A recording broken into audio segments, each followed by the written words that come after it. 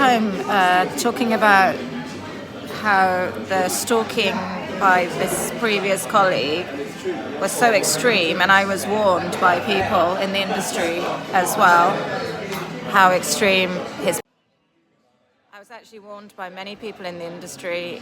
I guess I couldn't understand because a lot of things he did were not really good for the company. One of the biggest issues were that a lot of children would be affected.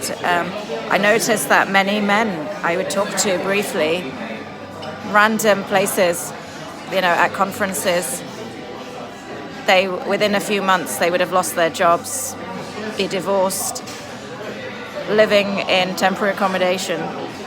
It was quite incredible what was happening. I can only assume he got fixated with me because I had previously dated guys who then had become famous or something. I don't know. Maybe I'm very unusual. I wasn't the only one he did this to. He did this to other people as well. So maybe I'm not so unique anyway. One of the detectives told me that there was a stalker they knew who had been stalking someone for 17 years. He had moved country. The woman had moved country. He was American, and even through that, he was still stalking her 17 years. He'd been put into prison for it, had harassment orders. These kind of people are very, very compulsive. They have a compulsive disorder. And what else is there to say?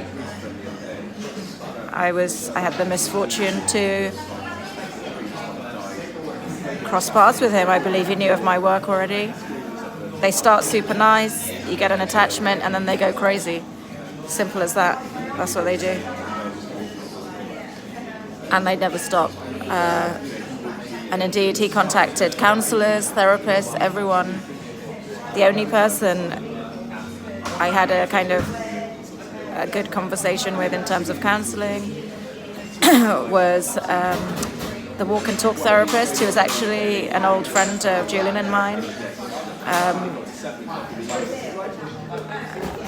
And Julian organised that, I believe, just because we couldn't trust anybody. And in fact, I didn't even tell anything to this guy anyway.